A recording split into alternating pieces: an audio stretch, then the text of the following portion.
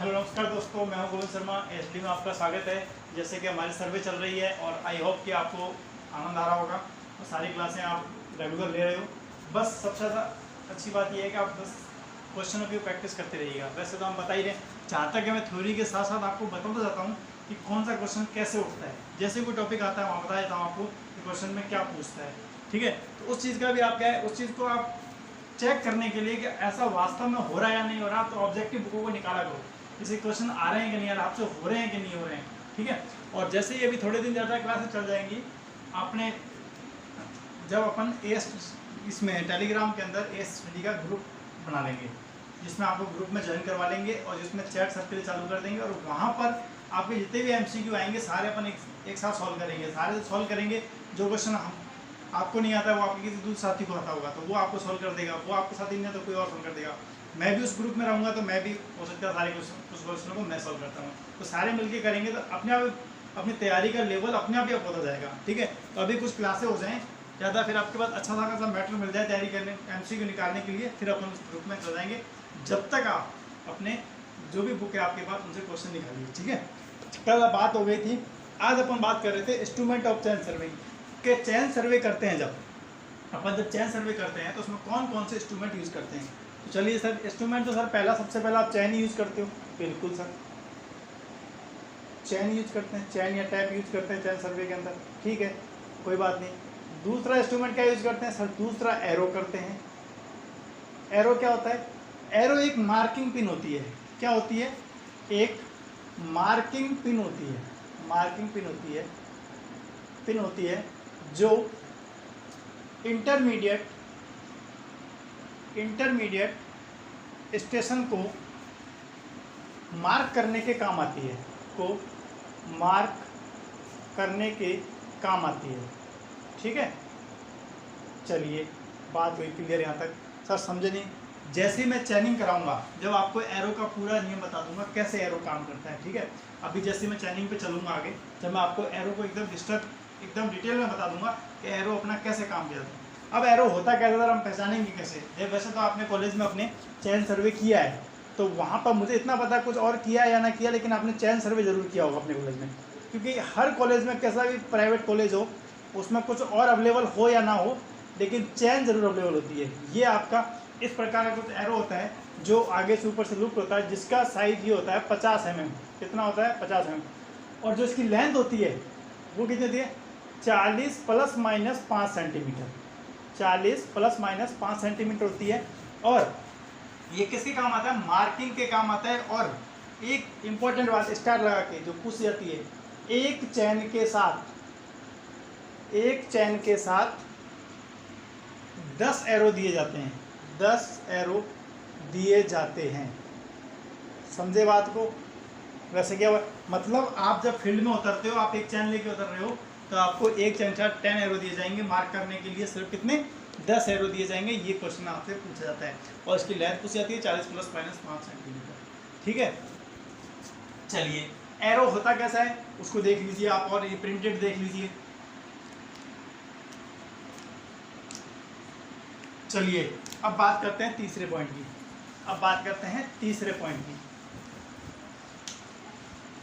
Ranging rod. कौन सी?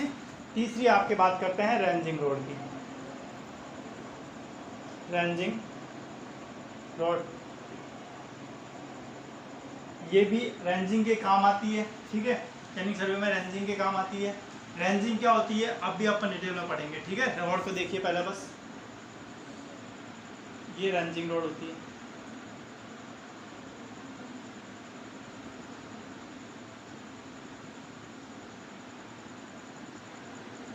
ये इसमें क्या होता है?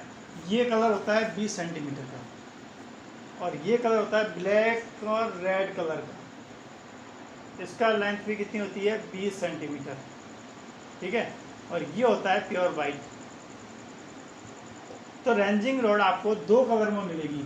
या तो वो मिलेगी ब्लैक वाइट के साथ, या मिलेगी वो आपको रेड वाइट के साथ। ठीक है, आपने कॉलेज में देखा होगा, आपको रेंजिंग रॉड लेके जाते थे, या तो वो किससे पेंटेड होती थी? या तो वाइट कलर और ब्लैक कलर से, या वो पेंटेड होती थी वाइट से और रेड से। और जो एक कलर की जो ये पेंटिंग होती थी, इसके पेंट कितना होता था, 20 सेंटीमीटर होता था। और इसकी रेंज जो होती है, इसकी रेंज पेंटेड की कितनी होती है, 16 से 20 सेंटीमीटर। कितनी, 16 से 20 सेंटीमीटर। रेंज कितनी होती है इसकी, 16 से 20 सेंटीमीटर। 16 से 20 सेंटीमीटर होती है। और जो ये रेंजिंग रोड, इसकी लंबाई जो होती है, रेंजिंग रोड की लंबाई कितनी होती है, लंबाई जो होती है वो होती है 2 से 3 मीटर। 2 से 3 मीटर। इन नोट्सों को जैसे मैं दिखाता हूँ वैसे ही बना लिया करो। जैसे मैं नोट्स बनाता हूँ वैसे ही आप नोट्स को बना लिया करो साथ साथ में, ठीक है। और लिखते जाया करो, क्योंकि पीडीएफ की कोई जरूरत नहीं है। अगर आप खुद बनाते जाओगे, लिखते जाओगे तो इससे बेस्ट कुछ भी नहीं होगा। चलिए रेंजिंग रोड को भी दिखा देते हैं आपको। ये तो आपने बना के दिखा दिया, अब रेंजिंग रोड को भी देख लो कैसी होती है। चलिए देख लीजिए। चलो अब बात करते हैं अपन चौथे रोड की, offset road. Offset road, offset road, इसकी लंबाई रेंजिंग रॉड से कम होती है। रेंजिंग रॉड से कम होती है। क्या होती है, कम होती है। ये होती उसी की तरह ही है, लेकिन ये लेंथ में थोड़ी सी कम होती है। और कितनी होती है, 1 से 2 मीटर। 1 से 2 मीटर होती है, 1 से। ये भी उसी की तरह पेंटेड होती है, 20 से 16-20 सेंटीमीटर रेड और वाइट में या ब्लैक और वाइट में। इसका भी सेम वही क्वेश्चन है, इसको भी देख लीजिए आप, उसका भी डायग्राम देख लो। चलिए 5वां पॉइंट, पैक्स, खूंटी। ये मेन सर्वे स्टेशनों को स्थापित करने के काम आती है। स्थापित करने के काम आती है। क्या करती है, मेन सर्वे स्टेशनों को स्थापित करने के काम आती है। और ये स्क्वायर भी हो सकती है, सर्कुलर भी हो सकती है। ये स्क्वायर भी हो सकती है, सर्कुलर भी हो सकती है। ये भी कुछ इस टाइप की होती है। और इसकी जो हाइट होती है वो कितनी होती है, 16 से 20 सेंटीमीटर। 16 से 20 सेंटीमीटर की लगभग इसकी हाइट होती है। और जो इसकी लिमिट है, जो इसकी रेंज है, इसकी रेंज कितनी जा सकती है, इसकी रेंज जा सकती है 16 से 90 सेंटीमीटर तक। 16 से 90 सेंटीमीटर। नॉर्मली ये 16 से 20 सेंटीमीटर होती है। और क्या काम आती है, मेन सर्वे स्टेशनों को स्थापित करने के काम आती है। सर कैसे आती है, अभी चैनिंग करेंगे जब सब बता देंगे। लेकिन फिर भी जैसे आपने इतना तो कॉलेज में गया, चैन सर्वे कर दिया, चैन खत्म होगी, वहाँ पे स्टेशन स्थापित कर दिया, वहाँ पे पैक खूंटी गाड़ दी। क्योंकि अगर आप चैन करोगे तो वहाँ कल जब आप आज चैन सर्वे कर जाओगे तो कल आपने कहाँ का मार्क किया उसे कैसे पता लगाओगे। वहाँ कुछ ना कुछ तो स्थापित करके आओगे, कुछ ना कुछ मार्क लगा के आओगे, ये पॉइंट लगा के आओगे कि यहाँ तक हमारी 1 चैन हुई थी, यहाँ तक हमारी 2 चैन हुई थी, यहाँ तक हमारी 3 चैन हुई थी। उसी प्रकार खूंटी। तो पैक्स का भी डायग्राम देख लो आप।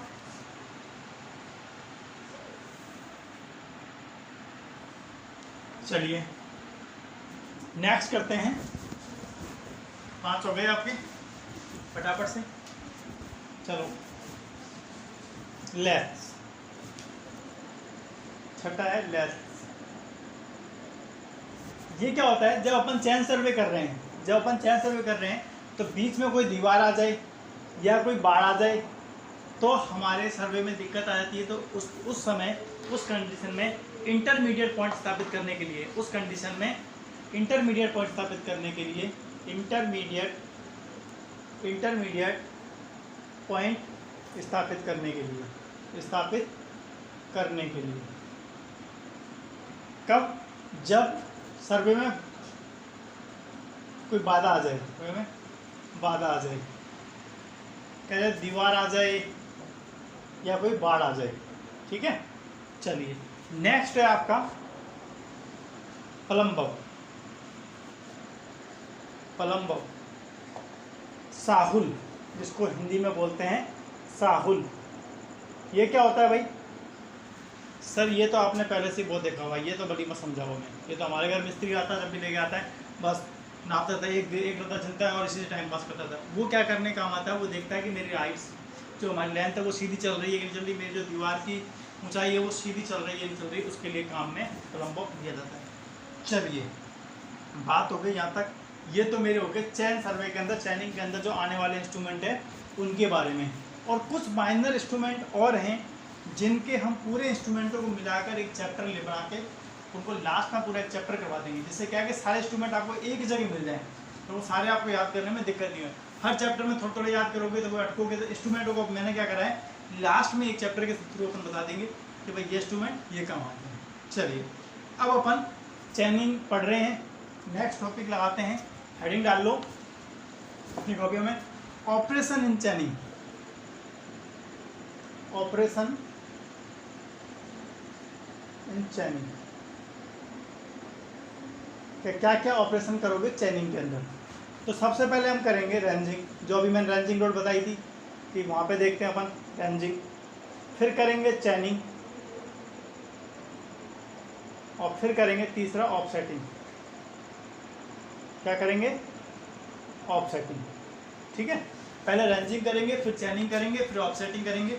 यही बात मैंने आपको बताई थी कि चैनिंग, रेंजिंग और चैनिंग ऑफसेटिंग का सारा। फिर यहाँ इतना करने के बाद ये चैप्टर हमारा कंप्लीट हो जाएगा। चैन टैप वगैरह जो आपने कर लिए हैं, एरर आप फिर पहले रेंजिंग खत्म करते हैं, फिर चैनिंग करेंगे। चैनिंग करेंगे तो एरर आएगी, एररों को निकालेंगे, फिर एरर करेंगे आएगी तो फिर करेक्शन निकालेंगे और फिर अपन ऑफसेटिंग करेंगे, चैप्टर को करेंगे कंप्लीट।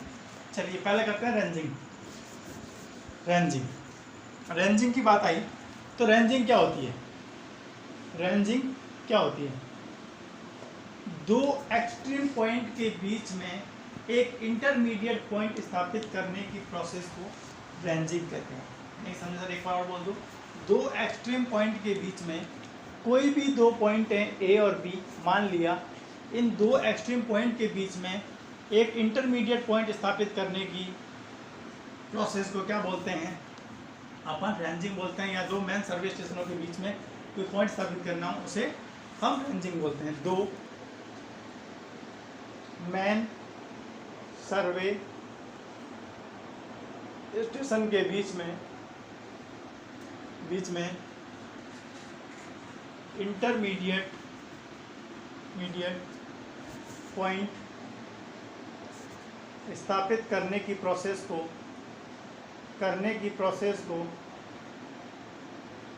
को रेंजिंग कहते हैं। क्या बोलते हैं भाई? रेंजिंग कहते हैं। समझ गए बात को? रेंजिंग कहते हैं। क्या कहते हैं? रेंजिंग कहते हैं। तो रेंजिंग को समझ गए सर, बात को हमें कोई दिक्कत नहीं है कि भाई सीधी सी बात में साफ भाषा में कहना चाह रहे हो कि कोई भी दो पॉइंट है उनके बीच में एक पॉइंट और लगाना है, उसको यहाँ पर रेंजिंग का है। ठीक है सर। तो अब आगे सर, तो आगे इसमें रेंजिंग कितने प्रकार की होती है? रेंजिंग कितने प्रकार की होती है उस पर चर्चा कर लेते हैं। तो रेंजिंग होती है आपके दो प्रकार की। एक होती है आपके डायरेक्ट रेंजिंग, और दूसरी होती है आपके इनडायरेक्ट रेंजिंग। कौन सी होती है भाई? Indirect ranging. चलिए अब डायरेक्ट रेंजिंग और इनडायरेक्ट रेंजिंग का सर क्या खेल है? तो डायरेक्ट रेंजिंग का मतलब कि सर डायरेक्ट सीधे कर लेते हैं और इनडायरेक्ट पे घुमा के करते हैं? नहीं, डायरेक्ट रेंजिंग में क्या होता है कि इसमें जब हम जिन दो पॉइंटों के बीच में हमें इंटरमीडिएट पॉइंट स्थापित करना है, वो एक दूसरे से विजिबल होते हैं। अर्थात सर समझे नहीं? समझे क्यों नहीं? तो जैसे आप बी पे खड़े हो और यहाँ ए पे खड़े हो, इन दो पॉइंट के बीच में कोई पॉइंट स्थापित करना है, तो बी से आप ए को देख पा रहे हो और ए से आप बी को देख पा रहे हो। अच्छा, ये बात है, आमने सामने हमें दिख रहा है और बीच में कोई पॉइंट लगाना है। हाँ, ये बात है। ऐसी कंडीशन में हम डायरेक्ट रेंजिंग यूज करते हैं, जब दो पॉइंट एक दूसरे से विजिबल हों। जब दो पॉइंट एक दूसरे से विजिबल हों, तब डायरेक्ट रेंजिंग की जाती है। समझ गए बात सर? इतनी सी बात। और बताओ दूसरी बात, यही क्वेश्चन आएगा एग्जाम में। एक तो रेंजिंग किसे कहते हैं? What is ranging? ऑप्शन चार दे देगा कि इंटरमीडिएट पॉइंट स्थापित करने के, दो पॉइंटों के बीच में इंटरमीडिएट पॉइंट स्थापित करना, या किनारा वाला पॉइंट स्थापित करना, या सर्वे लाइन, मेंशन लाइन। तो आपको इंटरमीडिएट पॉइंट स्थापित करने की क्या बोलते हैं? रेंजिंग बोलते हैं। और डायरेक्ट रेंजिंग क्या पूछेगा कि जब दो पॉइंट एक दूसरे विजिबल हो तो कौन सी रेंजिंग है? Direct ranging. अब एक क्वेश्चन और क्या पूछ सकता है इसमें? अब देखना, जब आपने डायरेक्ट रेंजिंग के अंदर ए और बी ये पॉइंट है, इसके बीच में आपको जब कोई पॉइंट स्थापित करना है तो कितनी रेंजिंग रोड क्या उससे चाहिए? अभी पढ़ के आए थे रेंजिंग रोड। कि सर एक तो अपन यहाँ लगा देंगे, ये भाई साहब के पास एक यहाँ लगा देंगे, ठीक है, एक यहाँ लगा दी। अपने को पॉइंट सर बीच में स्थापित करना, तो एक बीच में भी चाहिएगी, बिल्कुल चाहिएगी। तो कहने का मतलब सर 1 2 3 कम से कम 3 रेंजिंग रोड तो चाहिए। तो बिल्कुल वही तो बात है, इसमें minimum number of ranging road, minimum number of ranging road कितनी होती है भाई सर? 3। आप इतनी भाषा में कैसे भी लिख लेना कि सर इसमें मिनिमम 3 रेंजिंग रोड चाहिए होती है, वो आपकी लैंग्वेज में आप कैसा भी लिख सकते हो, ठीक है। इसमें minimum number of ranging road कितनी चाहिए होती है? 3 चाहिए होती हैं। चलिए, तो सर डायरेक्ट रेंजिंग की बात खत्म होगी, बस इतनी सी डायरेक्ट रेंजिंग की बात है। अब चले अपन इनडायरेक्ट रेंजिंग पे। चलो सर एक बार इसको साफ कर लो। इनडायरेक्ट रेंजिंग में आके जगह हो आप तो नीचे लिख देना आपने इनडायरेक्ट रेंजिंग, ठीक है। तो बात करते हैं इनडायरेक्ट रेंजिंग की। इनडायरेक्ट रेंजिंग क्या होती है? चलिए, इनडायरेक्ट रेंजिंग उसी के नीचे बना लीजिए आप।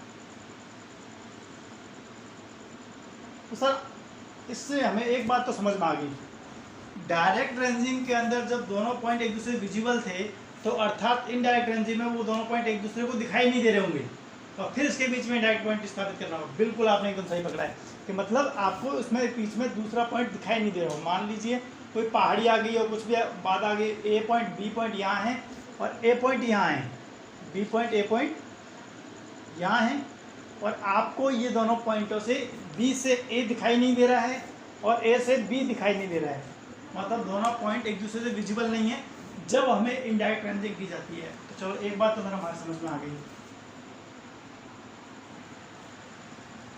कि जब दोनों पॉइंट एक दूसरे नहीं दिखेंगे तब हमें इनडायरेक्ट रेंजिंग करनी है। यहाँ तो बात क्लियर होगी।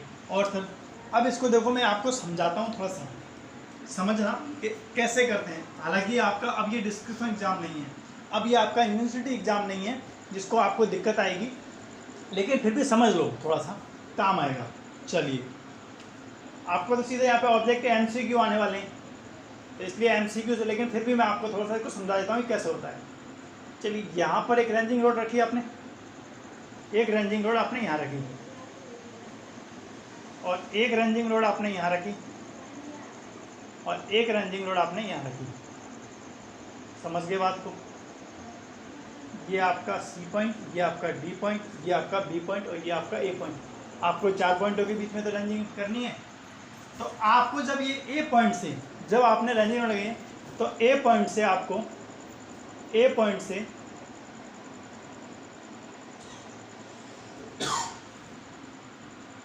से आपको ये वाला सिरा देखना चाहिए, ये वाला सिरा आपको देखना चाहिए, और इस वाली रोड से ये वाला सिरा देखना चाहिए।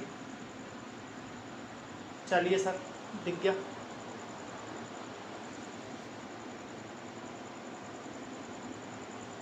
ये पॉइंट दिख गया मुझे, ठीक है। और इस वाले पॉइंट से मुझे ये वाला पॉइंट दिखना चाहिए। तो ये मेरा C1 हो गया, सॉरी ये मेरा D1 हो गया, और ये मेरा C1 हो गया। क्लियर बात?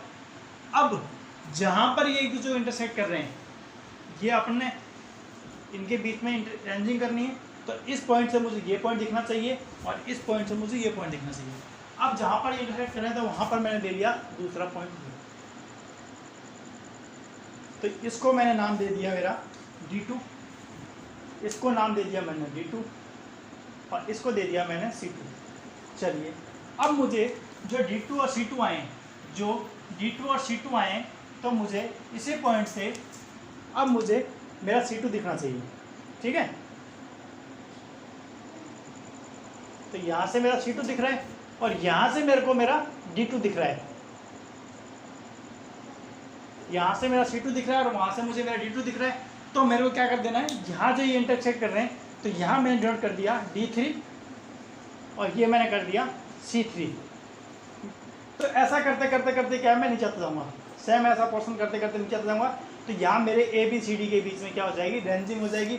अब काम की बात ये समझ में आई है तो ठीक है, तो दिमाग पे जोर नहीं देना है, क्योंकि एग्ज़ाम का डिस्क्रिप्शन एग्ज़ाम नहीं है, आपका MCQ एग्ज़ाम है। तो वहाँ पर आपको ऑप्शन मिलेंगे, वहाँ आंसर पहचानना है, वहाँ ये आपसे डायग्राम नहीं पूछेगा। क्या बात पूछेगा आपसे, वो चीज़ को ये समझाने के लिए आप बनाओ तो बना लेना, भले ये आगे पोर्शन चलता जाएगा, फिर आपसे नीचे आओगे, फिर आपको ये पोर्शन दिखना चाहिए, फिर आपसे ये पोर्शन दिखना चाहिए, ऐसा करते करते आप यहाँ से, ठीक है। अब आपसे क्वेश्चन क्या पूछेगा, इनडायरेक्ट में किस लिए कब किया जाता है? जब जब दोनों पॉइंट एक दूसरे से विजिबल ना हो, दूसरे से विजिबल ना हो।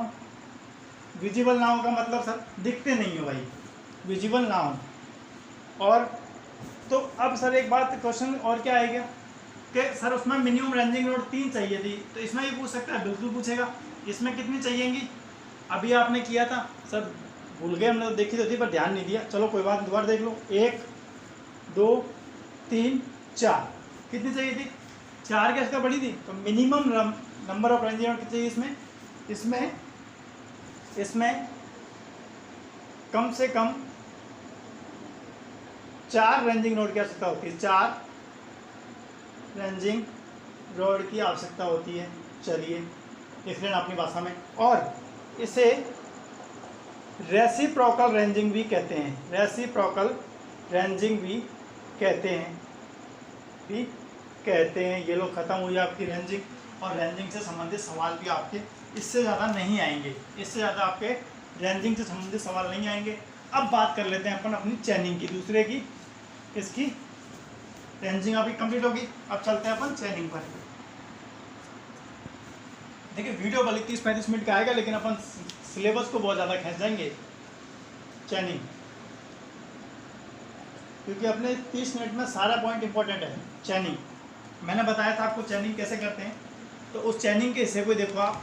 अगर आपने अपने कॉलेज टाइम में चैन सर्वे किया है, जब तो कोई दिक्कत नहीं आएगी, ठीक है, और जिसने नहीं किया है फिर भी दिक्कत नहीं आने देंगे, ठीक है।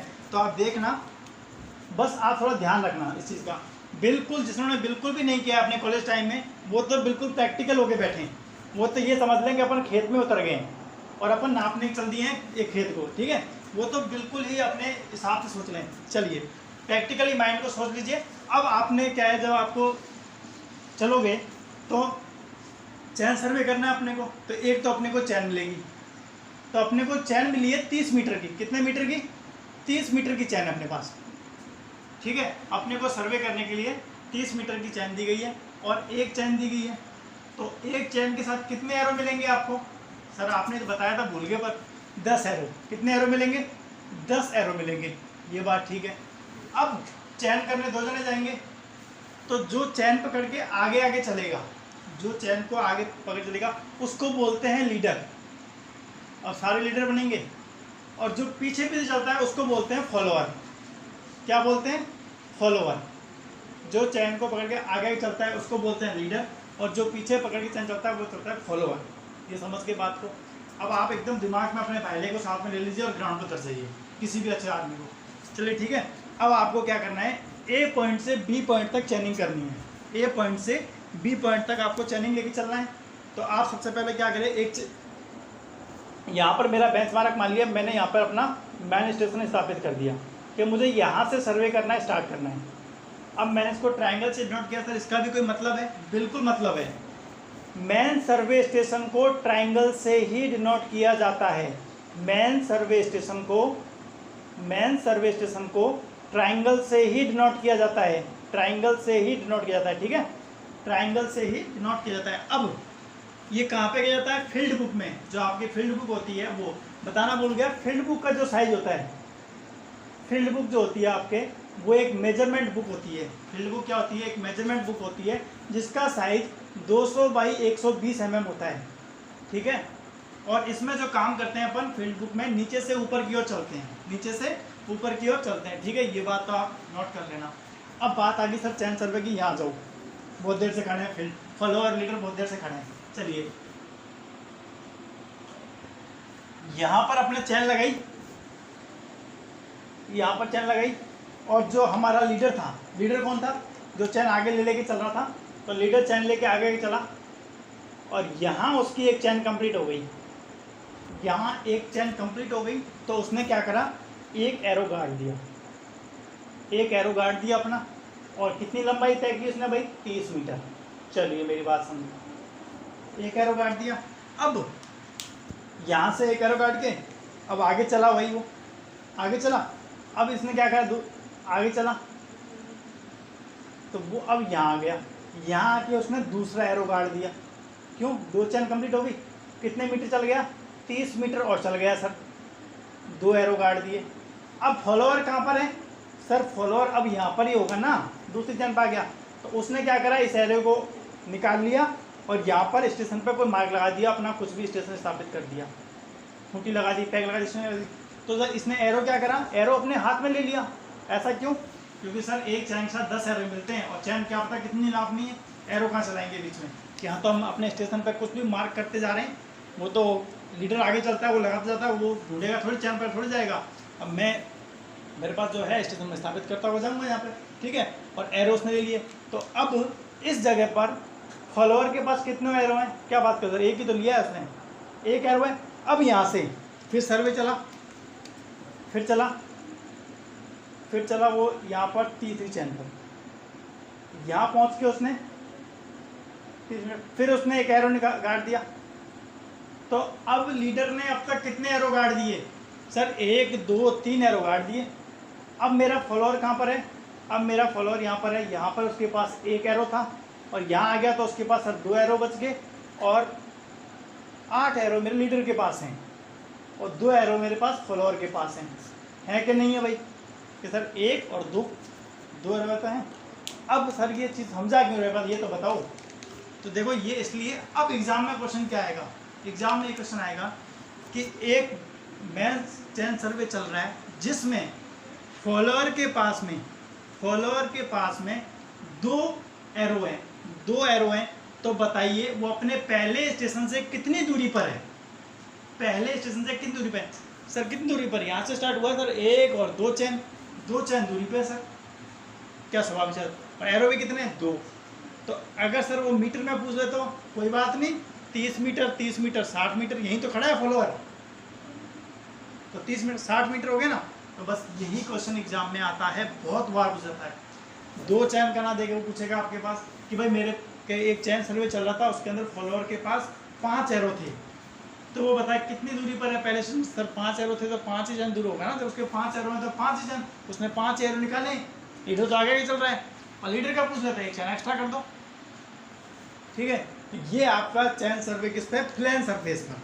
ये तो अपने प्लेन सर्वे पे आसानी से कर लिया सर, कोई बात नहीं। अब करते हैं अपन स्लोपिंग रूट, जब ढाल में हो चैन सर्वे, जब कैसे करेंगे, चलिए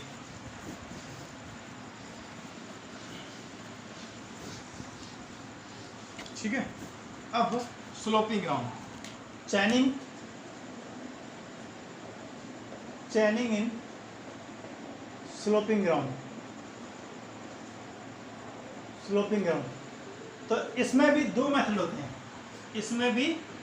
होते हैं, पहला सर डायरेक्ट और इनडायरेक्ट, सर ये कैसे याद रहेंगे, डायरेक्ट मेथड, जगह डायरेक्ट और इनडायरेक्ट, ये तो इंग्लिश वाली याद आ गई 10वीं वाली, डायरेक्ट स्पीच और इनडायरेक्ट स्पीच, डायरेक्ट मेथड और इनडायरेक्ट मेथड। तो देखिए क्या होता है, डायरेक्ट मेथड को स्टेपिंग मेथड भी कहते हैं, सीढ़ियों वाली सर, बिल्कुल सीढ़ियों वाली, स्टेपिंग मेथड भी बोलते हैं। तो इसमें से सीढ़ियों की तरह चलना है, बिल्कुल अपन इसमें सीढ़ियों की तरह ही नापेंगे। कैसे करते हैं, चलिए पहले मैं चैनिंग में स्लोपिंग ग्राउंड में डायरेक्ट मेथड को ही लेता हूँ। डायरेक्ट मेथड, चलिए ये मेरा ग्राउंड है, स्लोपिंग ग्राउंड है, ये मेरा कोई बी पॉइंट है और ये मेरा कोई ए पॉइंट है। चलो यहाँ से मैंने क्या करा, चैन लेंथ नापनी थी मुझे, कितनी डिस्टेंस है मेरी वही नापते थे, तो मैंने चैन को यहाँ लगा दिया, मतलब और यहाँ से चैन लगा के मैंने यहाँ चैन को पकड़ के यहाँ खड़ा हो गया, यहाँ तक, यहाँ मैं चैन को खड़ा हो गया, लेके आदमी खड़ा हो गया। अब उसने क्या करा, यहाँ जब चैन आ गई सीधी खड़ी हुई तो उसने साहू लटका दिया, मैंने यहाँ क्या लटका दिया, साहू लटका दिया, साहू लटका के मैंने यहाँ मार्क कर लिया और इसको क्या दे दिया मैंने, L1 दे दिया। फिर मैंने यहाँ आ गया, यहाँ से मैंने चैन सर्वे ली, फिर वापस फिर मैं यहाँ खड़ा हो गया जहाँ तक मेरी चैन कंप्लीट हुई, फिर मेरी यहाँ पे डिस्टेंस आ गई, ये मेरी, फिर मैंने यहाँ साउल लगा दिया, यहाँ पकड़ के साउल लगा दिया, तो ये मेरी क्या आ गई, L2 आ गई। फिर मैंने यहाँ चैन का एक सिरा यहाँ लगाया और फिर मैं यहाँ खड़ा हो गया और यहाँ मेरा क्या पॉइंट आ गया, ये मेरा L3 आ गया, तो हो गया सीढ़ी नुमा। बस इतनी सी बात थी इसमें, ये चैन सर्वे सीढ़ी नुमा। क्या करते हैं अपन ढाल पे जैसे अपन को डालपुर चाहिए तो उसको खड़े रहते सीधी खड़े रहते, फिर नीचे देखते हैं साउथ लगा दिया, तो ये मेरा पॉइंट है, बस यहाँ वही खड़ा हो गया, साउथ लगाया, सीधा खड़ा, फिर यहाँ चला। ये मेरी स्टेपिंग मेथड है। ये मेरा कौन सा है? Stepping method. चलिए अब बात करते हैं इनडायरेक्ट मेथड की। बस इतना सादा डायरेक्ट मेथड में, ठीक है। L1 L2 बस ये ऐड हो जाएंगे, L क्या आ जाएगी, जुड़ जाएगी L1 plus L2 plus L3। अब इनडायरेक्ट मेथड, अब मेरा इनडायरेक्ट मेथड, इनडायरेक्ट मेथड में भी मेरा,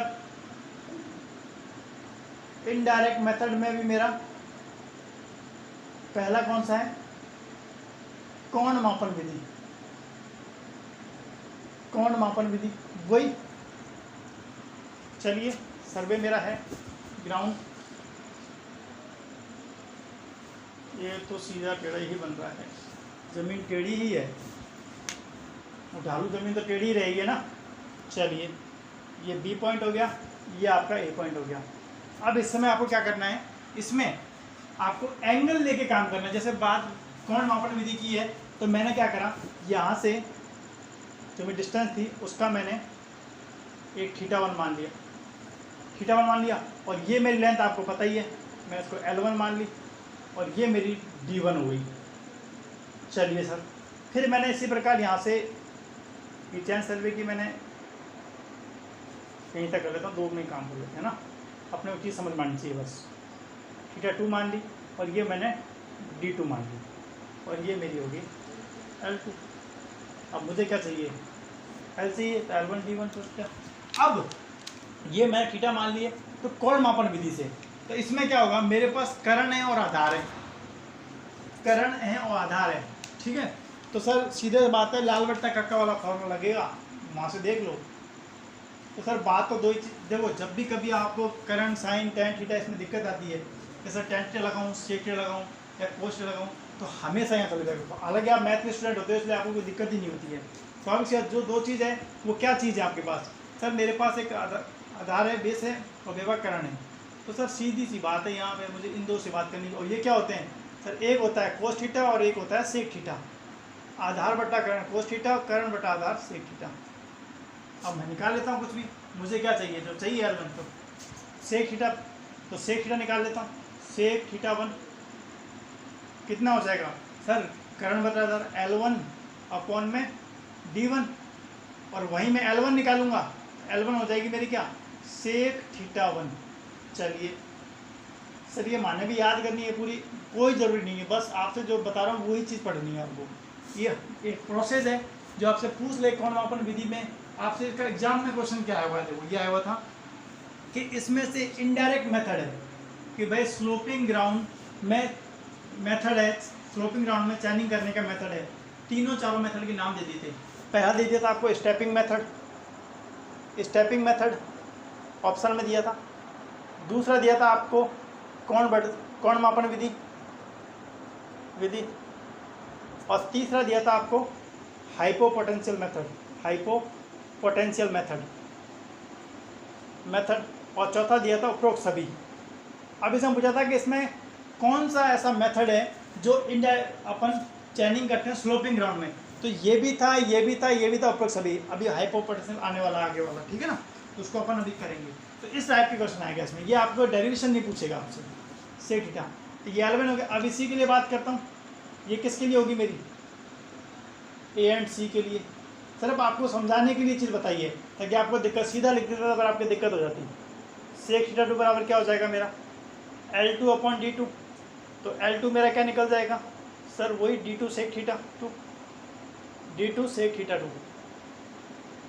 तो सर मेरा L क्या हो जाएगा, तो L मेरा हो जाएगा sir summation D sec theta, यही हो जाएगा, इन दोनों का हो जाएगा। ये आपसे पूछ सकता है सीधा सिंपल कोण मापन विधि में, कि कोण मापन विधि में जो लेंथ निकाली जाती है वो किस फॉर्म निकाली जाती है, तो आप समझ सीधा सेक थीटा। ये आपको न्यूमेरिक दे देगा कि भाई इतना एंगल है, इतनी डिस्टेंस है, तो लेंथ निकालिए कोण मापन विधि से। सीधा ये आपको याद रखना है, D सेक थीटा।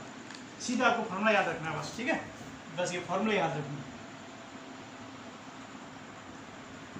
चलिए दूसरी विधि चलते हैं इसकी, दूसरी विधि चलते हैं इसकी।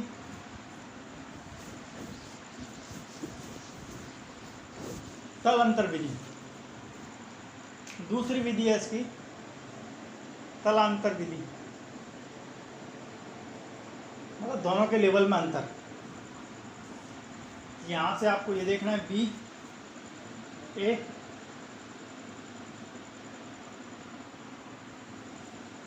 इसको मैंने एच मान लिया, इसको मैंने एल मान लिया और इसको मैंने डी मान लिया। अब ए पॉइंट और बी पॉइंट के तल में कितना अंतर है? दूसरी विधि है तलांतर। ए पॉइंट और बी पॉइंट के बीच में कितनी है? सर ये तो सिंपल सी बात है, ट्रायंगल बन रहा है, इसको कर्ण बोलते हैं, इसको लंब बोलते हैं। अरे बोलते वो फॉर्मूला सर, कर्ण स्क्वायर बराबर लंब का स्क्वायर प्लस आधार का स्क्वायर लगा दो ना, कुछ भी निकाल लो आप इसमें से, बिल्कुल कुछ भी निकाल दो। हाइट तल का अंतर निकालना है तो एच बराबर क्या हो जाएगा? सीधा लिख दूँ, किसी को दिक्कत?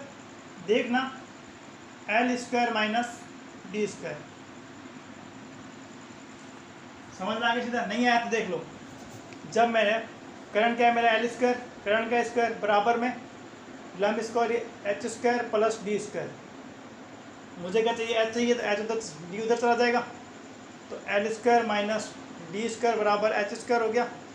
जब मैं इसका स्क्वायर हटाऊंगा, रूट करूँगा, तो सीधा एच हो जाएगा, और इसके भीतर दोनों तरफ रूट कर देता हूँ, दोनों तरफ रूट कर दिया, तो यहाँ से एच आ गया, यहाँ से मेरा ये पड़ा ऐसा है।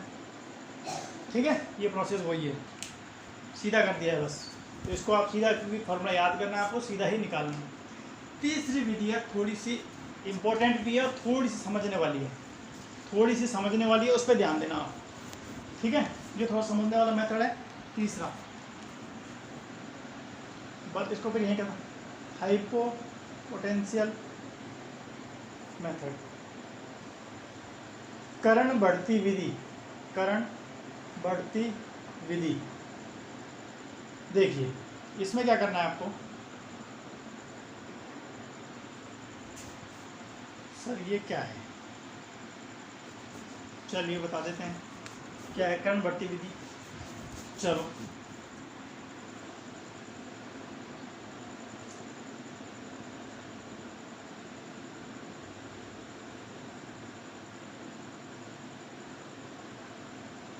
थोड़ा सा कर्ण सीधा बना लेना इसको, समझाता हूँ मैं आपको। देखो, जब आप समझना है कैसे बनता है क्या चीज़ है। आपका ये कोई ए और बी पॉइंट है, यहाँ आप किसी टैप को लेके यहाँ से लेके यहाँ तक खड़े हो। अब इस टैप को आप एक सिरे पर यहाँ फिक्स कर दो, और इसको आप जैसे ऊपर ले जाओगे तो सर ये कुछ ऐसा मूवमेंट नहीं हो जाएगा रियल में? इसका डायग्राम कुछ यहाँ बन के आएगा कि नहीं आएगा? क्योंकि ऊपर जाता जाएगा, थोड़ा सा डिस्टेंस कम होती जाएगी कि नहीं हो जाएगी? फिर आपके पास ये चीज़ बनेगी कि नहीं बनेगी? ये ढालू फ्लोर पे तो निकाल रहे हैं अपन, तो ये डायग्राम ही तो मैंने बनाया है।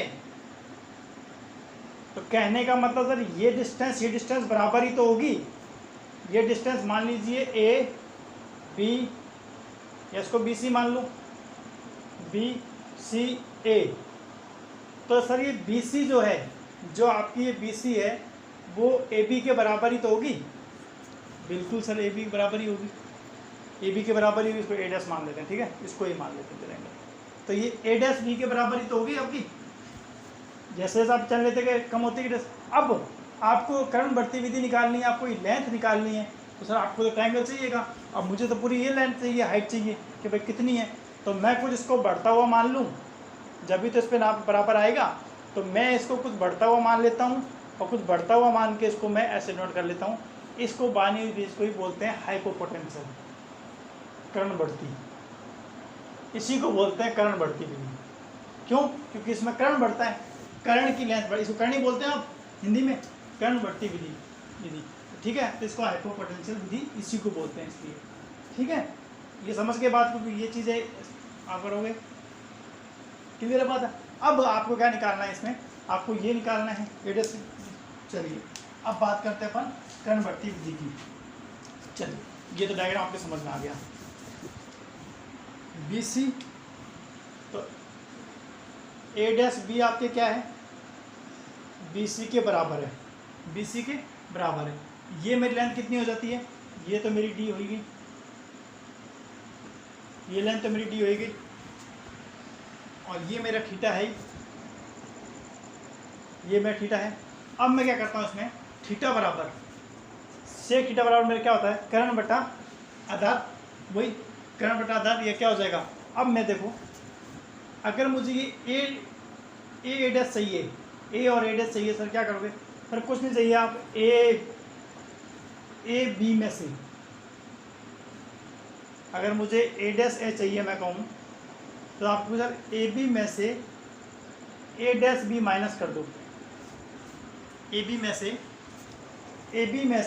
ए डैश बी माइनस कर दो, तो ये कर्ण वृत्ति आप क्या आ जाएगी, ए डैश आ जाएगा, ए डैश ए आ जाएगा, ये लेंथ आ जाएगी, ए बी में से ए डैश बी घटा दो, आप घटा दो।